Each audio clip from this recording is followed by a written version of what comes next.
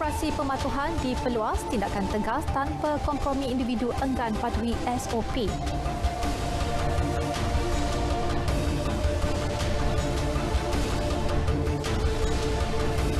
Senarai hitam kontraktor penyelenggara jalan yang gagal penuhi spesifikasi ditetapkan.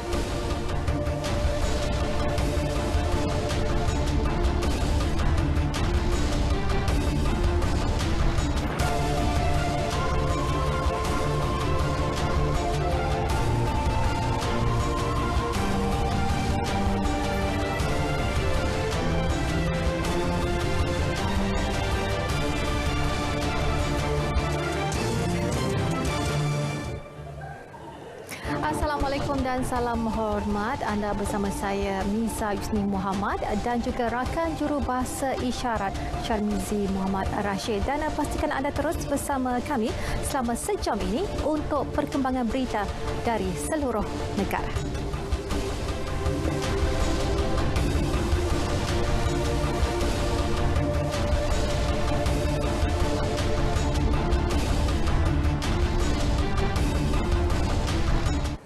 Seperti biasa, kami akan terus membawakan kepada anda kemas kini berita seluruh negara. 3 negeri berlintas langsung. Atira Haswa dari Pahang membawakan tumpuan berhubung pembaikan infrastruktur yang rosak berikutan banjir di negeri itu baru-baru ini. Dan ini diikuti perkembangan dari Sarawak oleh Vanessa Mering membawakan perkongsian mengenai peruntukan kerajaan negeri bagi menambah kapasiti ujian PCR serta agihan bantuan bekalan makanan PKP 2.0 Sarawakku saya. Dan seterusnya dari Sabah, kita bersama Rita Alicius Malik membawakan mengenai tindakan pantas pihak JKR negeri membaiki kemudahan jalan raya dan jambatan yang terkesan banjir dan tanah runtuh baru-baru ini. Jadi setia bersama berita wilayah.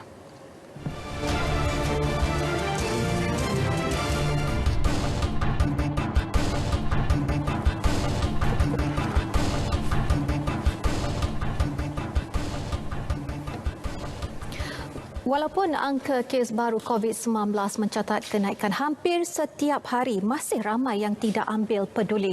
Malah apa yang lebih mengecewakan ialah jumlah kenderaan masih tinggi hari ini dan kebanyakannya memberikan alasan yang tidak munasabah. Dan ada juga yang tidak berpuas hati dengan tindakan pihak polis. Kita ikuti laporan bersama wartawan Mohan Cinasami yang mengikuti sekatan jalan raya SJR bersama anggota polis dari Ibu Pejabat Polis Daerah IPD Petaling Jaya di Jalan Persiaran Surian Damansara.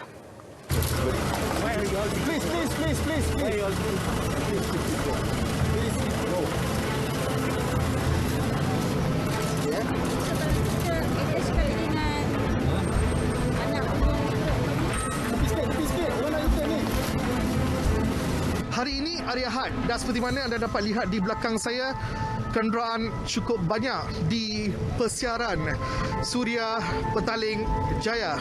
Kebanyakan daripada mereka memberikan alasan yang tidak munasabah dan tidak mendapat kebenaran daripada pihak polis untuk merentas daerah. Persoalannya, mengapa susah sangat untuk mematuhi SOP yang telah ditetapkan oleh kerajaan dan tindakan mereka boleh menjadi punca kepada peningkatan kes COVID-19 di negara. SJR yang diadakan sekitar jam 10.30 pagi bukanlah SJR yang tetap, sebaliknya diadakan berikutan laporan ketidakpatuhan SOP di lokasi berkenaan. Ia disertai 51 anggota polis, diketuai Ketua Polis Daerah Petaling Jaya, Asisten Komisioner Nek Izani Muhammad Faizal. Kenderaan yang tidak mempunyai kebenaran untuk merentas daerah atau dokumen diarah untuk berpatah balik. Tidak kurang juga yang disaman berikutan kesalahan-kesalahan ingkar arahan PKP dan kesalahan trafik.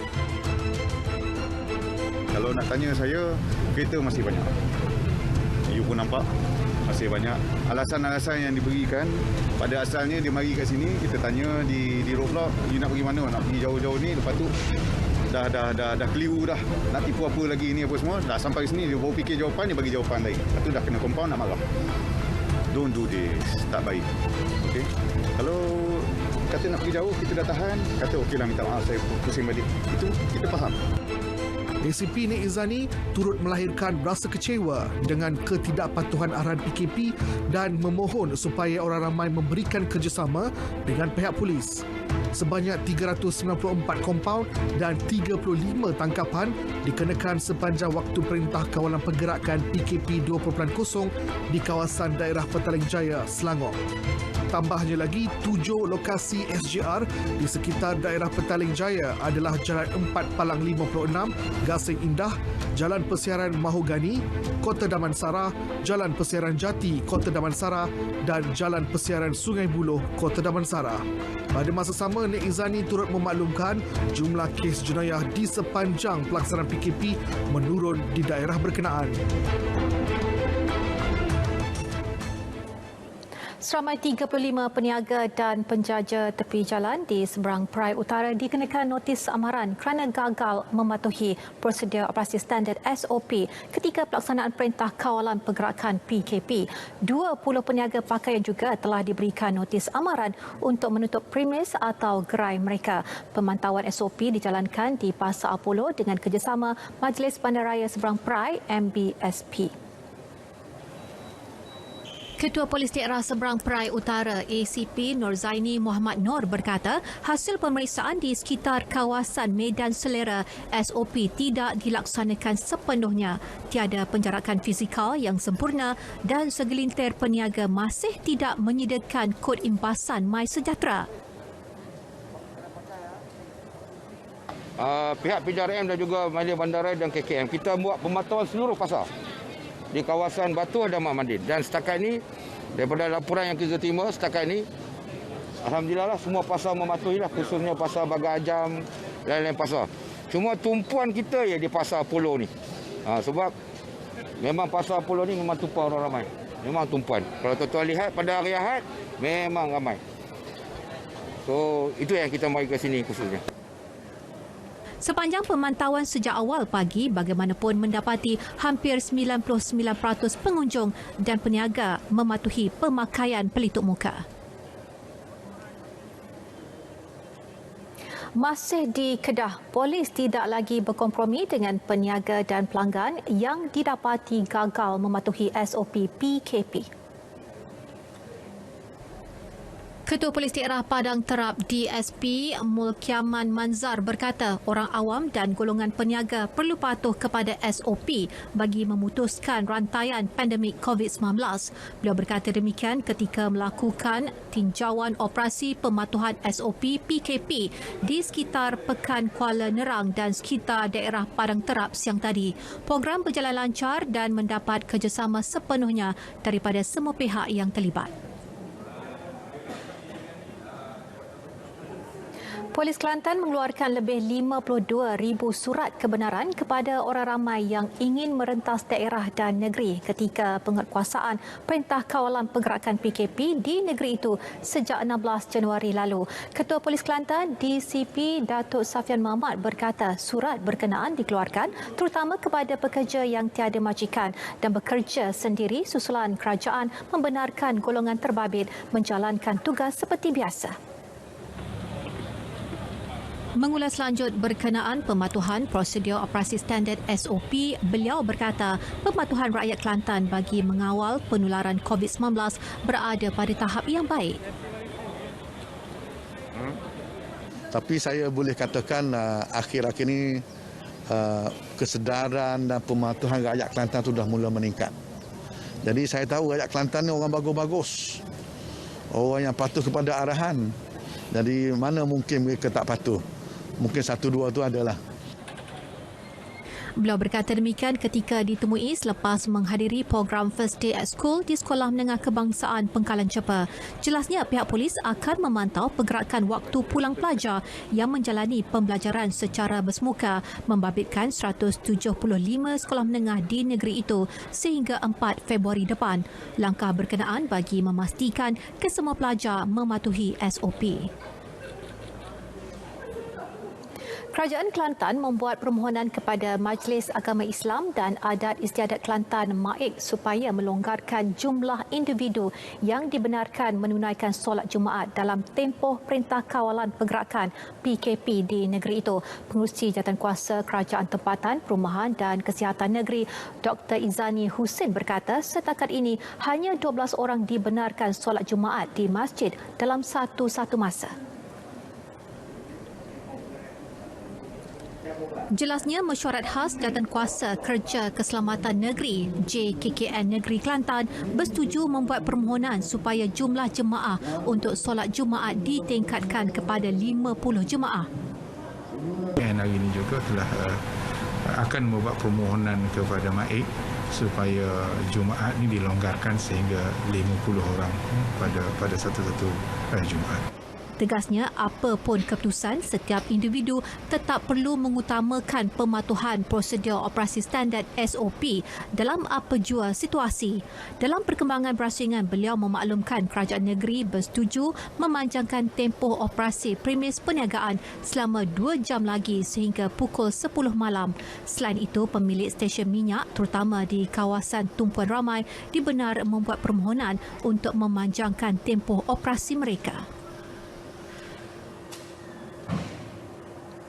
Amalan norma baharu dan jasa petugas Barisan Hadapan dalam mendebani pandemik COVID-19 diabadikan menerusi lukisan mural di Institut Jantung Negara IJN. Mural yang dizahirkan sempena kempen norma baharu COVID-19 itu adalah sebahagian inisiatif Kementerian Pelancongan, Seni dan Budaya MOTAK bersama Balai Seni Lukis Negara serta Agensi Pengurusan Bencana Negara NADMA.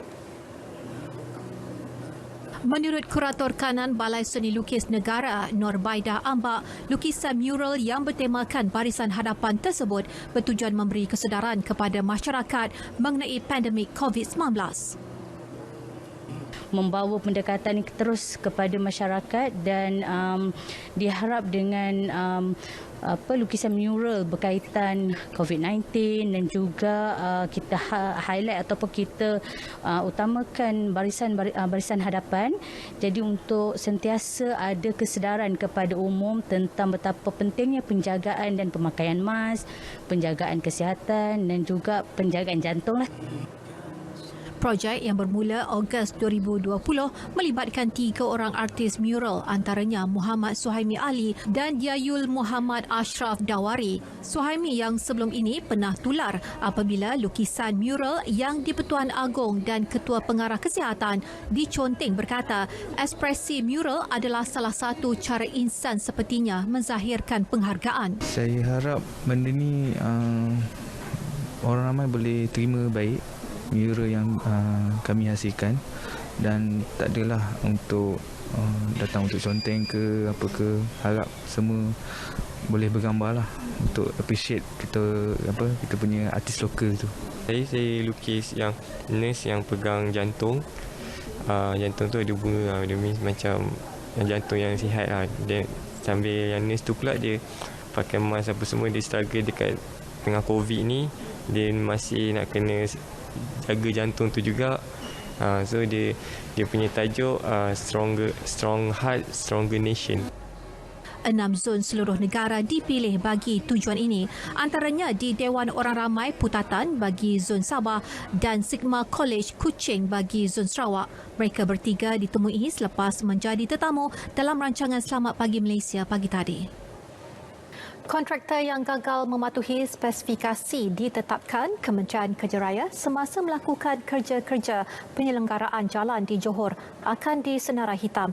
Ia ekoran kajian forensik dijalankan kerajaan negeri mendapati terdapat kelemahan dari segi struktur jalan di laluan Pasir Gudang Johor Bahru. Esko Kerja Raya, Pengangkutan dan Infrastruktur Negeri Muhammad Solihan Badri berkata prestasi kontraktor yang mengendalikan penyelenggaraan laluan tersebut akan dinilai berdasarkan tahap kerosakan yang terdapat pada jalan terbabit serta kerugian dialami.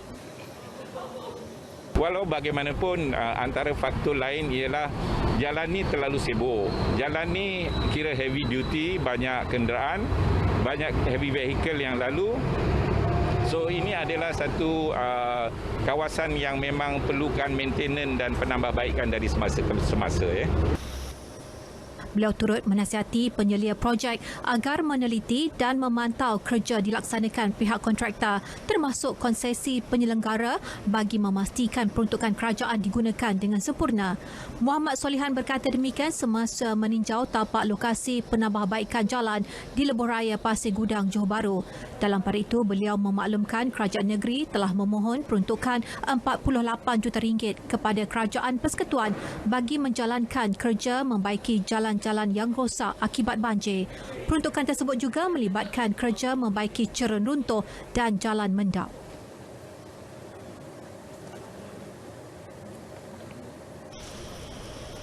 Sementara itu, kerajaan negeri memperuntuk RM10.6 juta bagi menjalankan kerja-kerja penambahbaikan jalan di sepanjang Lebuh Raya Pasir Gudang, Johor Bahru bermula 15 Februari ini.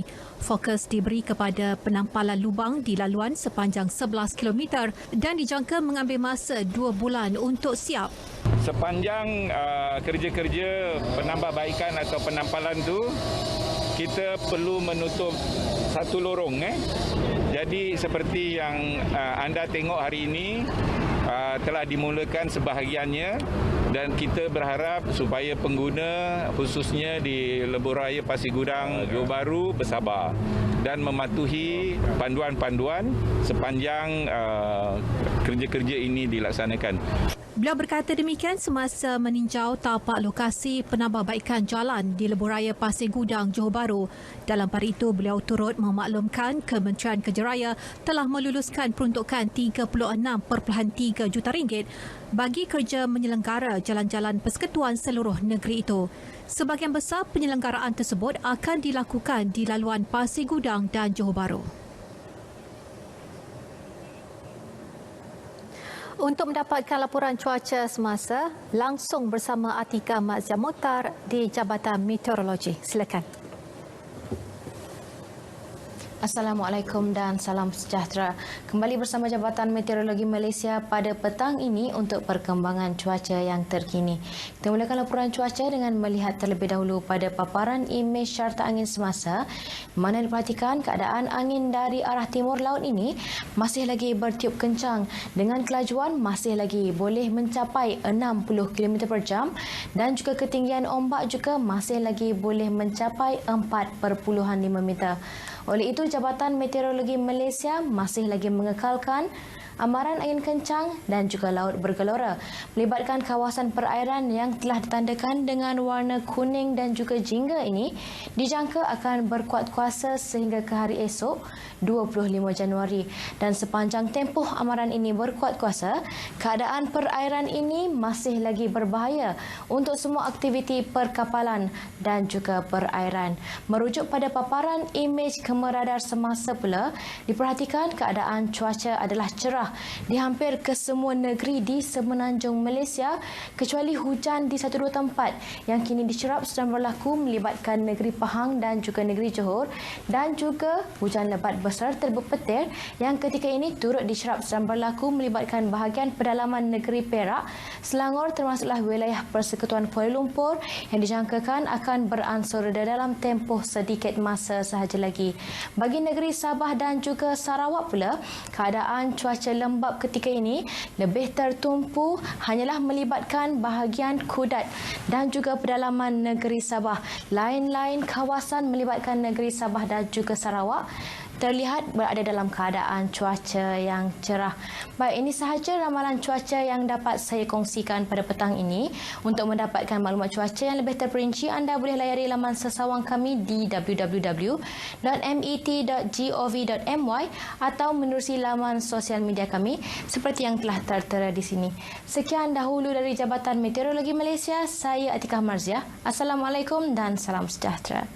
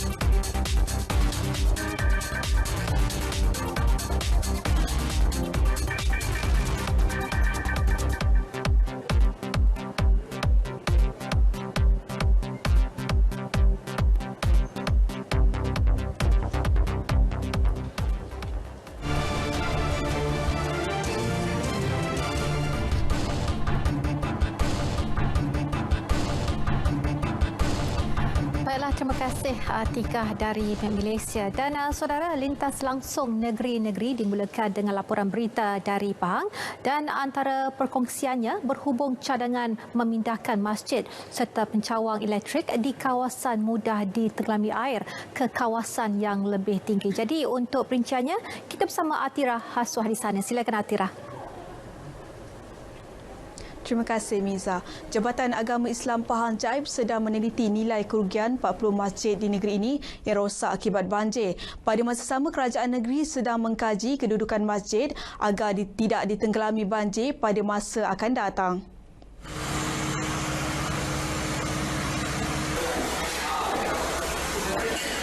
Menurut Pengerusi Jawatankuasa Hal Ehwal Agama Islam dan Pendidikan Negeri, Datuk Seri Syed Ibrahim Syed Ahmad, terdapat masjid-masjid yang berada di pesisiran sungai dan paya dengan ada di antaranya merupakan masjid lama dan berada jauh daripada penempatan kerana masyarakat sekitarnya telah berpindah ke kawasan yang lebih tinggi. Bagaimanapun katanya, penggantian tersebut akan dibuat secara berperingkat memandangkan kos terlibat bagi sebuah masjid berkapasiti 200 jemaah bernilai hampir 2 juta ringgit. Masjid Kampung Bukit Lada tu kita terpaksa fikirkan untuk pindah ke lokasi lain sebab dia tak praktikal dah, duduk di tepi paya, jauh dengan orang. Jadi kita kena fikirkan bagaimana cara nak pindahkan masjid tu sebab kita ada tapak yang lebih sesuai dekat dengan rumah orang, tempat yang lebih tinggi dan selamat. Kalau kita masih kekal di situ tak praktikal. Sementara itu, kerajaan negeri turut menghargai usaha pembersihan dan baik pulih yang dilakukan penduduk setempat dan badan bukan kerajaan NGO ketika pasca banjir baru-baru ini. Pihak NGO dan para sukarelawan bagaimanapun diingatkan untuk sentiasa mematuhi SOP setiap kali mereka berada di lapangan. Di negeri ini, pergerakan rentas daerah bagi NGO dan sukarelawan Pahang bagi kerja-kerja gotong royong pasca banjir adalah dibenarkan untuk daerah yang memerlukan sahaja.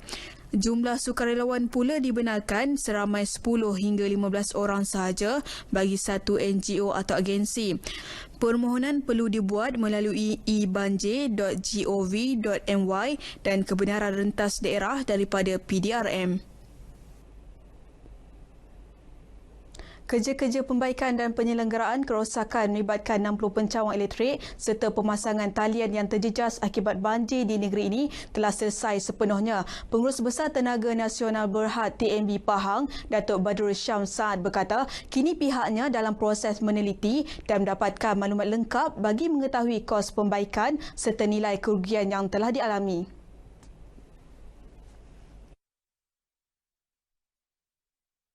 Menurutnya, berdasarkan pengalaman banjir besar yang melanda pada tahun 2013 dan 2014, banyak pencawang yang telah dinaikkan ke tapak yang lebih tinggi. Justru bagi perancangan jangka panjang, langkah sama turut diambil bagi mengelak pencawang terlibat ditenggelami banjir pada masa akan datang. So untuk kali ini kita dapati ada beberapa kawasan yang dulu tidak dinaiki air, sekarang dinaiki air. Jadi kita akan ada perancangan untuk meningkatkan pencawang tersebutlah ataupun kita mengalihkan pencawang tersebut ke tempat yang lebih sesuai lagi. Jelas beliau, sepanjang banjir melanda negeri ini, sebanyak 368 pencawang elektrik terpaksa dihenti tugas buat sementara waktu. Namun kesemuanya kini kembali beroperasi. Beliau berkata demikian ketika ditemui RTM di Wisma TNB di Kuantan. Jabatan Muzium Negeri Pahang bertanggungjawab menguruskan sebuah kapal berusia ratusan tahun yang ditemui timbul di tepi sungai berhampiran Jabatan Gantung di Kampung Pagar Penjong Lipis baru-baru ini. Keputusan itu dipersetujui pada Majlis Mesyuarat Kerajaan Negeri MMK yang dipengerusikan oleh Menteri Besar Datuk Seri Wan Rosdi Wan Ismail.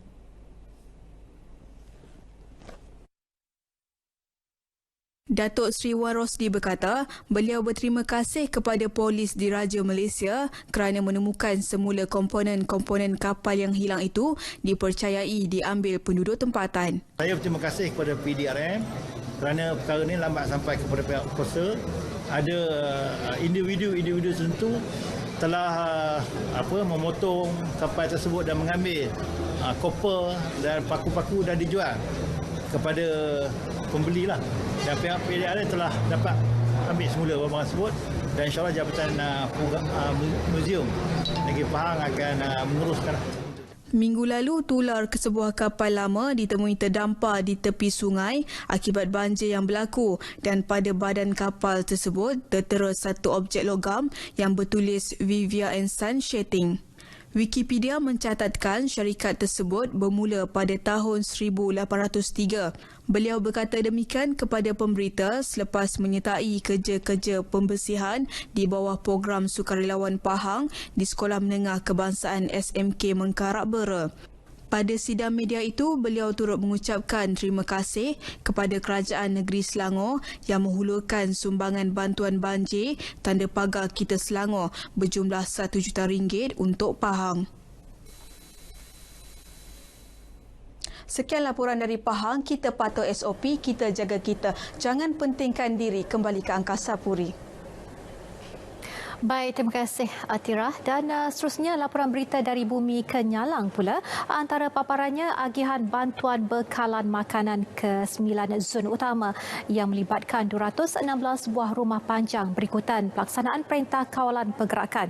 Jadi perinciannya kita terus saja bersama Vanessa Mering di RTM Kuching. Silakan Vanessa. Terima kasih Miza, salam sejahtera dan salam hormat. Kerajaan negeri memperuntukkan RM1 juta masing-masing ke daerah Limbang dan Kapit bagi membolehkan ujian Polymerase Reaction Chain PCR dilakukan di hospital tempatan. Menurut Menteri Kerajaan Tempatan dan Perumahan Datuk Seri Dr. Sim Kuihian, kerajaan negeri turut memberi dana bagi Universiti Malaysia Sarawak, Pusat Perubatan Borneo dan Gribbles Patologi untuk membantu proses ujian calitan di Sibu. Datuk Seri Dr. Sim Kuihian berkata dengan inisiatif itu, ia akan menambah kapasiti ujian PCR di negeri ini sebanyak 6,000 ujian PCR COVID-19 sehari. Menerusi kenyataan, beliau turut menzahirkan penghargaan kepada Kementerian Kesihatan kerana telah memperuntukkan RM21 juta untuk meningkatkan kemudahan, peralatan dan pelbagai mahkamah region untuk ujian PCR ekoran peningkatan kes COVID-19 di negeri ini. Sementara itu, RM36 juta turut diperuntukkan bagi penambahan 29 buah katil di unit rawatan rapi dan peralatan hospital di Sibu, Bintulu, Miri dan Limbang. Bantuan bekalan makanan terus diagihkan ke kawasan Dewan Undangan Negeri Dun Dudong pada hari ke-9 Perintah Kawalan Pergerakan PKPD bahagian Sibu.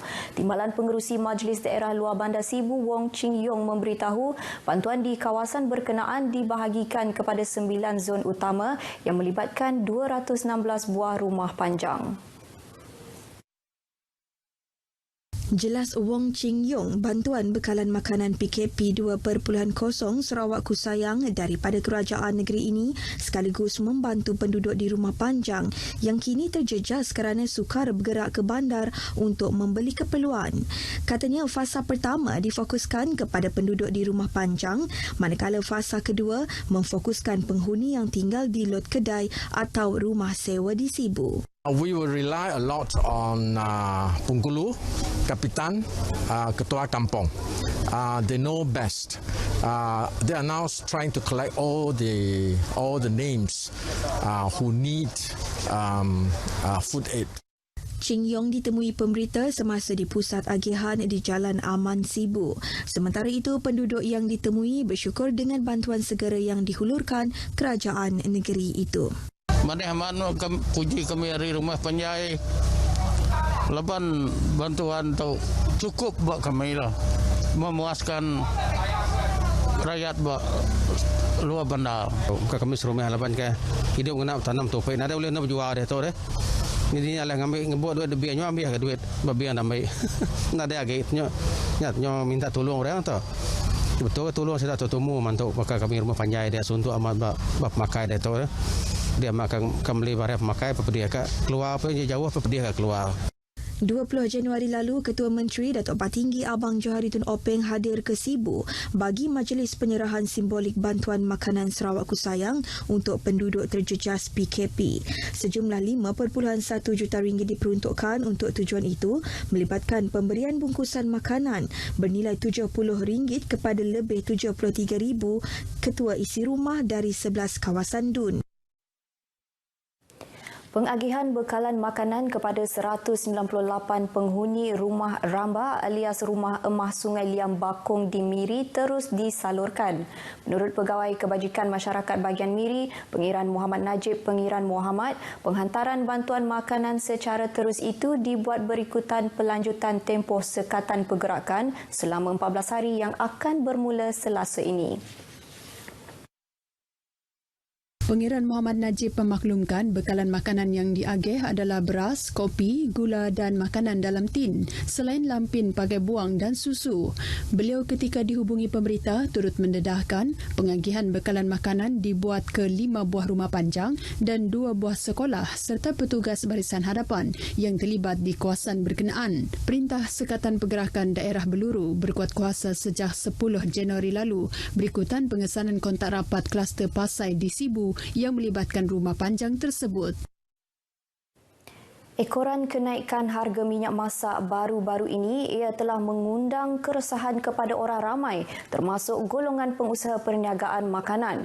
Tinjauan kru RTM di sekitar Bandaraya Kuching mendapati masyarakat memberikan pelbagai respon berikutan kenaikan harga tersebut. Bagi Agustin Morris, peniaga premis makanan, beliau berharap kerajaan akan terus memantau dan menangani kenaikan harga minyak masak. Walaupun harga minyak naik, tetapi dengan situasi COVID-19, pelanggan yang makin kurang, kami terpaksa menetapkan harga yang sama. Peniaga kecil lah, yang banyak macam tidak yang berjual kuih muih, jual keropok leko, sebab tidak yang banyak menggunakan minyak.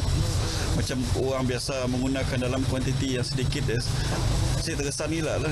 Tamu dapat setidaknya pantau lah nak harga minyak masak tu sebabnya keperluan harian nak macam dah bawang pindah. Dalam pada itu, seorang suri rumah, Dharma Ain, berpendapat sekiranya harga minyak masak naik, ia adalah masa yang sesuai untuk mengurangkan penggunaan minyak dalam masakan. Lepas berjimat lah makan goreng macam hari-hari kurangkan sikit nak macam tu. Kita makan kan kini tok sik digalak gila makan minyak nak. Kita kontrol lah sikit makan makanan kita. Sejak Jun tahun lepas, Lembaga Minyak Sawit Malaysia melaporkan tren harga minyak masak mentah di pasaran dunia meningkat setiap bulan dan menyebabkan kenaikan harga pengeluaran terus meningkat. Keutuhan perpaduan rakyat di negeri ini jelas dilihat ketika musibah banjir melanda Sarawak baru-baru ini. Pelbagai pihak tampil menyalurkan bantuan kepada penduduk terjejas banjir termasuk Liga India Muslim Kuching antara yang menjalankan usaha murni itu tatkala rakyat masih terkesan akibat pandemik COVID-19. Presiden Liga India Muslim Kuching, Abdul Jalil Abdul Majid, menyifatkan bantuan tersebut adalah dasar kemanusiaan, lebih-lebih lagi dalam situasi keadaan ekonomi dan pandemik yang menimpa negara ketika ini. Tak kira kos lah. Jadi kami temu itu berapa orang yang perlu kita bantu saja. Kita pun tak kira bangsa, tak kira agama siapa-siapa. Asal kita punya orang kita semua bantu semua lah. Sementara itu, beberapa penduduk yang menerima bantuan bersyukur dengan sumbangan yang diberikan kepada mereka. Saya harap Tuhan yang dapat membalaskan budi mereka, insya-Allah. Beri saya terima kasih ngagai kita Muslim. Aku dari kampus Suri bagian Iban JKK Kampung Sore. Barangan keperluan asas seperti beras, minyak masak, bihun, tepung dan telur itu diberikan kepada 50 buah isi rumah di sekitar Kampung Stapok, Jalan Batu Kawah, Kuching. Sumbangan tersebut diberikan secara berperingkat bagi mematuhi prosedur operasi standard COVID-19. Pengumuman bantuan khas Sarawak Kusayang 5.0 yang diumumkan Ketua Menteri Datuk Patinggi Abang Johari Tun Openg pada Khamis lepas bukti kerajaan negeri sedia membantu penduduk negeri ini untuk meneruskan kehidupan dalam menghadapi ketidaktentuan ekonomi akibat pandemik COVID-19. Beberapa penduduk di Bandaraya Kuching yang ditemui RTM berasa amat bertuah kerana bantuan yang diberikan dapat meringankan beban mereka.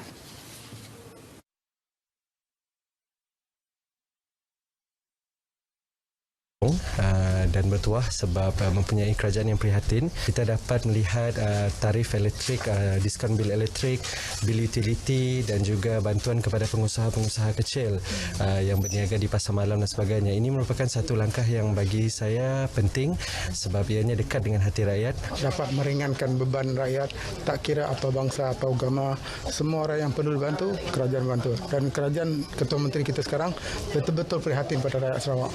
Kedua-dua mereka berkata demikian kepada pemberita di Kuching. Sekian dahulu perkembangan berita wilayah dari Sarawak. Kita kembali ke Angkasa Puri. Silakan Miza. Baik, terima kasih Vanessa. Tumpuan internet langsung dari negeri di bawah Bayu pula berkaitan isu pembunuhan gajah pigmi serta perkembangan banjir semasa. Jadi Rita Aloysius Malik di RTM Kota Kinabalu sedia dengan laporannya. Silakan Rita. Terima kasih Miza. Salam sejahtera. Lebih 100 kemudahan jalan raya dan jambatan di Sabah terkesan banjir dan tanah runtuh baru-baru ini. Namun tindakan pantas pihak Jabatan Kerja Raya JKR Sabah membaiki serta membina sementara sebahagian besar jalan raya terbabit. Kini hanya 17 jalan raya dan jambatan tidak dapat dilalui pengguna. Timbalan Ketua Menteri yang juga Menteri Kerja Raya Sabah, Datuk Seri Bung Mokhtaradin berkata, kerja-kerja membaik pulih keseluruhan jalan raya dan jambatan yang terjejas banjir di Sabah memerlukan kos hampir 150 juta ringgit. Hari ini satu jalan sudah siap, iaitu jalan Talaga Bridge, Pitas. Telah siap, jambatan pun sudah siap dan tim ini akan bergerak pula ke Kampung Liu untuk sebab kampung ini pun tidak boleh dilalui juga, jambatan putus, tanah runtuh. Beliau ditemui media selepas meninjau kawasan tanah runtuh tempat letak kereta di Taman Kinabalu, Kundasang.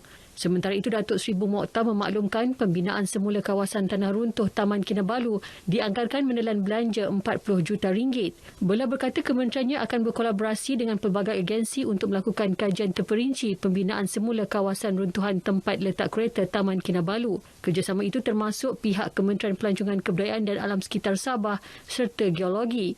Sementara itu, Timbalan Ketua Menteri Sabah yang juga Wakil Rakyat Kundasang, Datuk Dr. Joakim Kusalam dalam kenyataan berkata, pelan pembangunan pusat-pusat peranginan di kawasan tanah tinggi terutama di daerah Ranau perlu dikaji semula bagi memastikan ia tidak mengundang bencana. Ia penting bagi menjamin keselamatan pengunjung dan pengguna. Susulan kes kematian gajah di Tongod, Menteri Pelancongan Kebudayaan dan Alam Sekitar Sabah Datuk Jafri Arifin berkata kerajaan memandang serius kes tersebut kerana ia bukan sahaja melanggar undang-undang, malah menjejaskan spesies yang dilindungi berkenaan. Ketika ditemui media di Kundasang, Datuk Jafri berkata jabatan maupun agensi terlibat di ARA menjalankan siasatan terhadap kes tersebut yang dipercayai dilakukan oleh pihak tidak bertanggungjawab. Kita tidak mahu haiwan-haiwan ini akan pupus nanti kalau kita tidak pelihara. Jadi saya di bawah kementerian saya memandang serius dan kita minta pihak-pihak yang terlibat untuk ambil tindakan serius sekeras-kerasnya lah. Semalam, media tempatan melaporkan bangkai seekor gajah pigmi ditemukan dengan anggota badannya dipotong manakala kulitnya disiat di sebuah ladang sawit di Tongod. Bangkai gajah itu juga mempunyai kesan tembakan dan tetakan. Jabatan Hidupan Liar sedang menyiasat motif pembunuhan sama ada perbuatan itu dilakukan oleh pemburu. Perkembangan banjir di Kinabatangan. Seramai 8 keluarga melibatkan 28 penduduk kampung Pangkalan Bukit Garam berpindah ke Balai Raya kampung berkenaan berikutan rumah mereka dinaiki air susulan paras air Sungai Kinabatangan naik mendadak. Penduduk berkenaan termasuk bayi berusia seminggu berpindah secara sukarela ke Balai Raya itu kira-kira pukul 4 petang semalam. Menurut kenyataan Pegawai Pertahanan Awam Daerah Kinabatangan, Kapten Ahmad Roslan Muhammad Kamil, banjir di daerah itu berpunca daripada limpahan air Sungai Kuamut dan Sungai Pinangah. Pemantauan pihaknya bersama Jabatan Bomba dan Penyelamat Malaysia, JBPM Kinabatangan mendapati paras air meningkat secara mendadak melebihi 9.3 meter paras amaran bermula semalam. Menurutnya, Jawatankuasa Pengurusan Bencana Daerah Kinabatangan telah menyalurkan bakul makanan, pelitup separuh muka, cecair pembasmi kuman dan pembahagi fleksibel untuk keselesaan penduduk di Balai Raya berkenaan. Tambahan seramai 3,500 lagi kaki tangan Kementerian Kesihatan Malaysia KKM bermula akhir bulan ini adalah bukti kerajaan prihatin dalam memastikan kesihatan rakyat menjadi keutamaan. Penambahan kekuatan anggota petugas barisan hadapan KKM sudah tentu memberi keyakinan kepada rakyat terhadap keupayaan sektor kesihatan negara memerangi pandemik COVID-19. Pensyarah Perubatan Fakulti Perubatan dan Sains Kesihatan Universiti Malaysia Sabah UMS, Dr. Muhammad Nazri Muhammad Daud berkata, ia juga secara tidak langsung memberi kekuatan dan semangat baharu kepada petugas kesihatan sedia ada untuk terus berkhidmat demi kepentingan rakyat. Di dalam situasi COVID-19 yang masih tidak menentu, sudah tentulah suntikan seperti ini memberi galakan bagi memastikan kelangsungan perkhidmatan kesihatan yang sentiasa cemerlang dan sentiasa mencapai kualiti yang diharapkan. Beliau dihubungi pemberita RTM di Kota Kinabalu bagi mengulas mengenai inisiatif khusus untuk memerangi pandemik COVID-19 dalam pakej bantuan perlindungan ekonomi dan rakyat Malaysia Permai. Dalam perkembangan sama, Dr. Muhammad Nazri melihat bantuan sekali bayar RM500 kepada petugas barisan hadapan kesihatan dan RM300 kepada petugas barisan hadapan lain bermula suku pertama tahun ini sedikit sebanyak akan memberi suntikan semangat kepada mereka dalam melaksanakan tugas memerangi pandemik COVID-19. Bantuan itu merupakan tambahan kepada allowance khas COVID-19 sebanyak RM600 sebulan yang diberikan sejak Mac lalu. Komitmen petugas barisan hadapan dalam mendepani penularan pandemik COVID-19 di negara ini wajar dipuji. Mereka sanggup mempertaruhkan nyawa demi memikul amanah yang diberi demi untuk memastikan keselamatan dan kesihatan rakyat terus terjaga. Semestinya pengorbanan petugas barisan hadapan sangat dihargai rakyat. Orang ramai yang ditemui RTM mengakui usaha yang dilaksanakan kerajaan dan petugas barisan hadapan untuk memutuskan rantaian pandemik COVID-19 di negara ini hanya sia-sia jika tiada kerjasama orang ramai dalam mematuhi prosedur operasi standard SOP yang ditetapkan. Sejak PKP fasa pertama lagi, diorang memang bekerja keras untuk membendung COVID. Diorang pun orang biasa juga penuh dengan stres apa semua, tapi diorang tak peduli dengan diri diorang sendiri tu demi keselamatan semua. Diorang sanggup bekerja lebih masa. Memang kita rakyat Malaysia kena berterima kasih kepada frontliner kerana apa? Diorang telah mengorbankan masa, bukan saja masa diorang, jiwa diorang punya kesihatan bagaimana untuk hanya membendung COVID-19 ini kan. Dan begitu juga rakyat Malaysia teruskan kita ni bekerjasama untuk mengikuti SOP. Diorang tidak pernah berputus asa pun walaupun diorang pun kena ada cukup rehat dan ada juga keluarga diorang menunggu di rumah. Tapi disebabkan diorang mau menyelamatkan negara kita, rakyat kita daripada COVID ni, diorang tetap turun padang, diorang tetap rawat semua tanpa berputus asa. Kalau tiada ni frontliners mungkin rangkaian COVID-19 belum lagi dapat dikawal. Jadi harapan saya kepada semua penduduk di Keningau dan seluruh Malaysia supaya mengikut SOP dan saranan kerajaan untuk pemutusan COVID-19 di seluruh Malaysia. Tanpa mereka, kita memang sukar untuk menangani COVID-19 yang sedang menular sekarang. Harapan saya kepada semua rakyat untuk sentiasa patuhi SOP yang telah ditetapkan. Terima kasih kepada Barisan Hadapan yang menjaga demi rakyat Malaysia. Baik saudara, sekian berita dari Sabah petang ini. Terus amalkan penjagaan kesihatan terbaik bersama-sama cegah pandemik COVID-19. Kembali bersama Miza.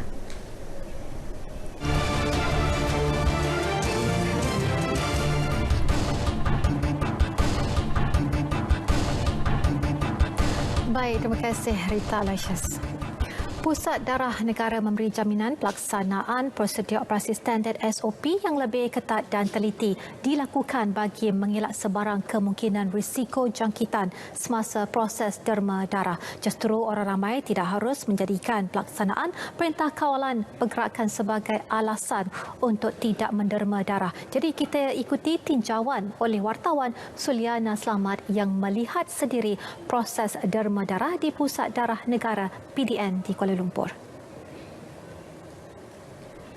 Susulan kebimbangan berhubung penularan pandemik COVID-19, aktiviti kutipan darah dan perkhidmatan transfusi di daerah darah negara dan tabung-tabung darah di seluruh negara terjejas. Situasi tersebut menyumbang kepada penurunan bekalan darah dan sekiranya tidak dibendung segera, bekalan darah akan terus mencecah ke paras lebih rendah. Menurut Timbalan Pengarah 1 Pusat Darah Negara PDN, Dr. Nur Nazahah Mahmud, mematuhi etika dan SOP menjadi keutamaan petugas di sini. Dalam masa yang sekarang pun kita nampak jumlah kutipan darah dan juga bekalan darah keluar tidak seimbang. Jadi apa yang kita mahukan ialah pendermaan darah daripada penderma darah di seluruh Malaysia secara berterusan. Bukan sahaja di Pusat Darah Negara tetapi di lokasi di setiap negeri. Jadi kami mengharapkan untuk mengelakkan keadaan bekalan darah di tempat-tempat ini semakin meruncing. Jadi mereka harus tampil di setiap kawasan. Pada masa sama, penderma darah yang hadir juga harus menepati kriteria pendermaan agar kesihatan dan kesejahteraan semua pihak terus terpelihara. Pelbagai inovasi telah dilakukan Pusat Darah Negara bagi membolehkan orang ramai untuk datang menderma darah sepanjang tempoh perintah kawalan pergerakan. Jangan takut, jangan khawatir kerana aktiviti pendermaan darah adalah dijamin selamat sekiranya kita semua patuh pada SOP yang telah ditetapkan. Suliana Slamat, Berita RTM. Pelbagai jenis mercun dan bunga api dirampas pasukan Polis Marin PPM Wilayah 2 Johor dalam serbuan op benteng COVID landai di sebuah rumah di Taman Skudai Indah 2 semalam. Turut ditahan pemilik rumah seorang lelaki berusia 51 tahun. Komander PPM Wilayah 2 Johor, ACP Muhammad Zailani Abdullah berkata serbuan itu susulan maklumat dan risikan yang dilakukan berhubung kegiatan menyimpan barang larangan tersebut. Pemeriksaan pertama ke dalam sebuah lori menemui 43 kotak pelbagai jenis mercun sebelum menemui 17 kotak lagi di garaj rumah.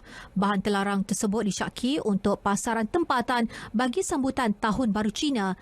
Semua mercun dianggar bernilai RM80,000 dan lori terbabit dirampas. Kes disiasat mengikut Akta Bahan Letupan 1959, sabit kesalahan boleh dipenjara hingga 7 tahun atau denda RM10,000 atau kedua-duanya sekali.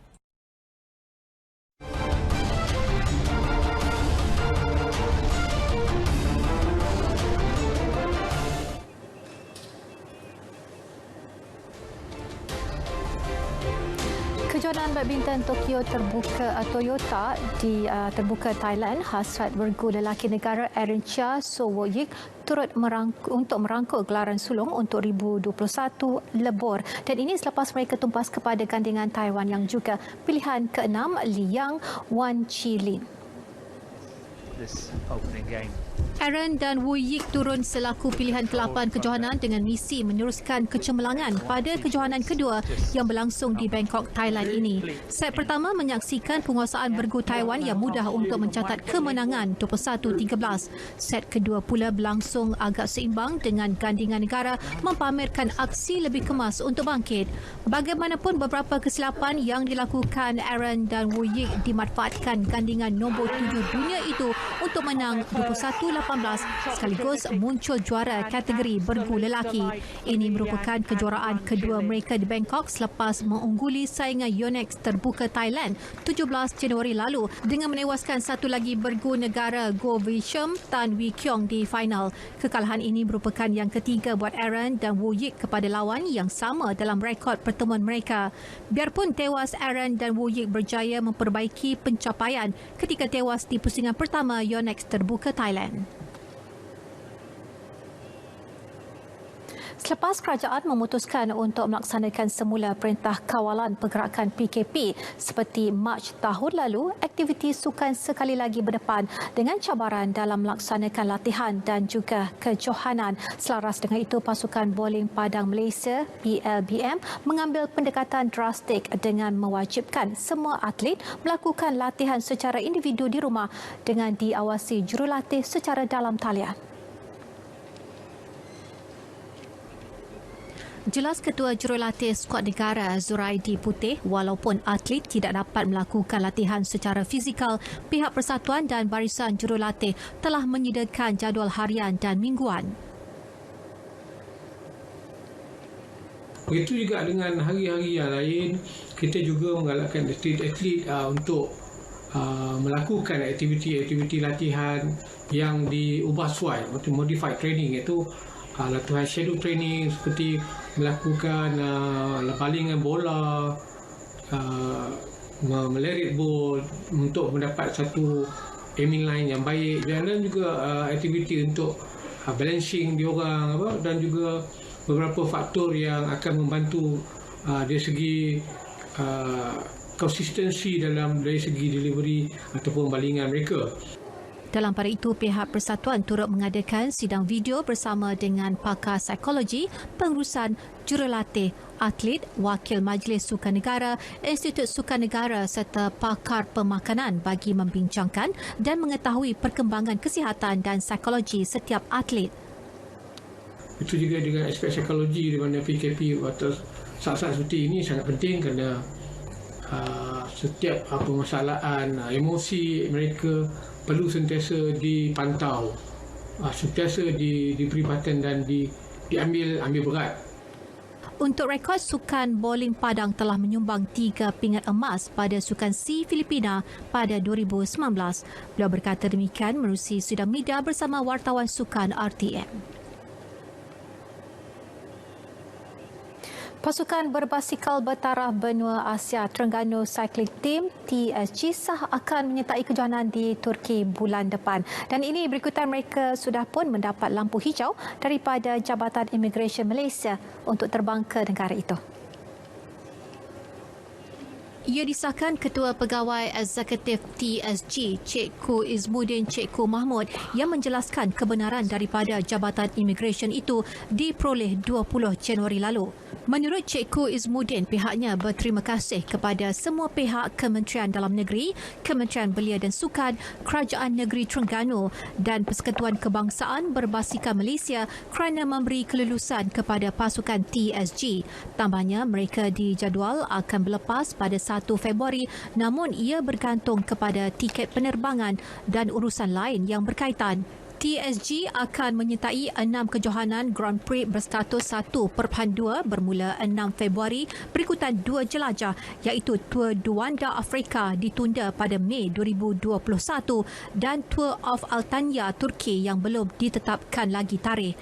Beliau berharap semua pelumba dapat meningkatkan pencapaian dan merangkul kejuaraan di sana selepas sedikit suram musim lalu selepas tidak menyertai kejohanan sejak Mac berikutan wabak pandemik COVID-19 yang melanda dunia termasuk Malaysia.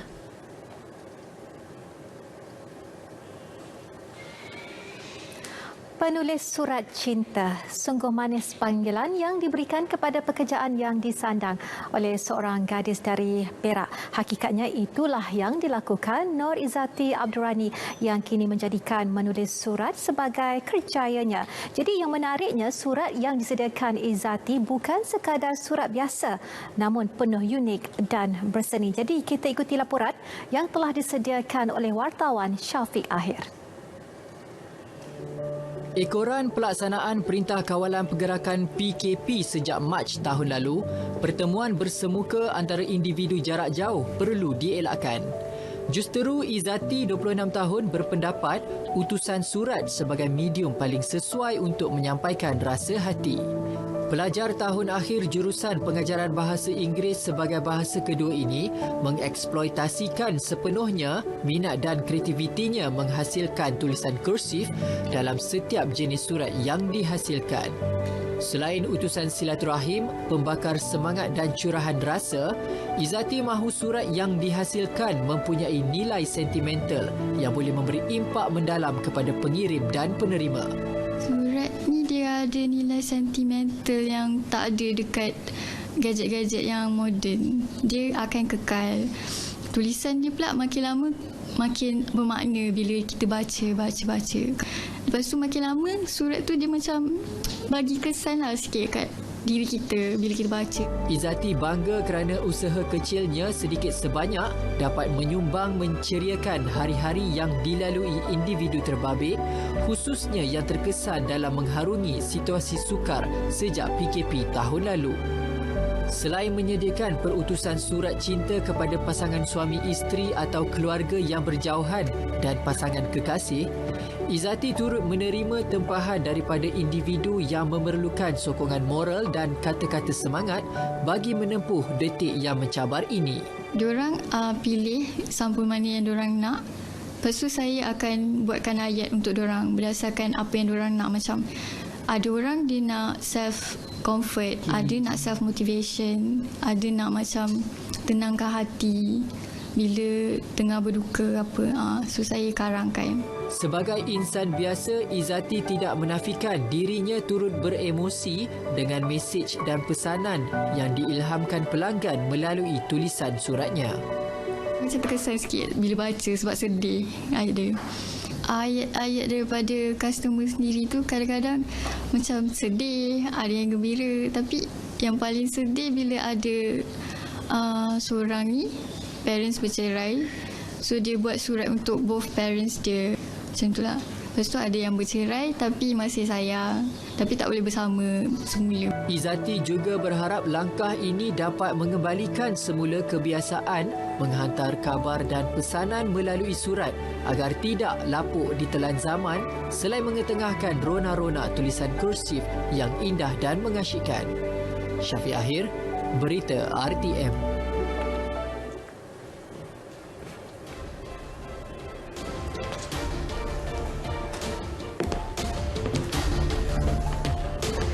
Baiklah saudara, laporan itu tadi mengakhiri berita wilayah 24 Januari 2021. Sentiasa mengimbas semai sejahtera di premis yang anda kunjungi dan bersama-sama kita cegah penularan COVID-19 kerana kita masih belum menang. Dan dengan itu, Assalamualaikum dan salam hormat.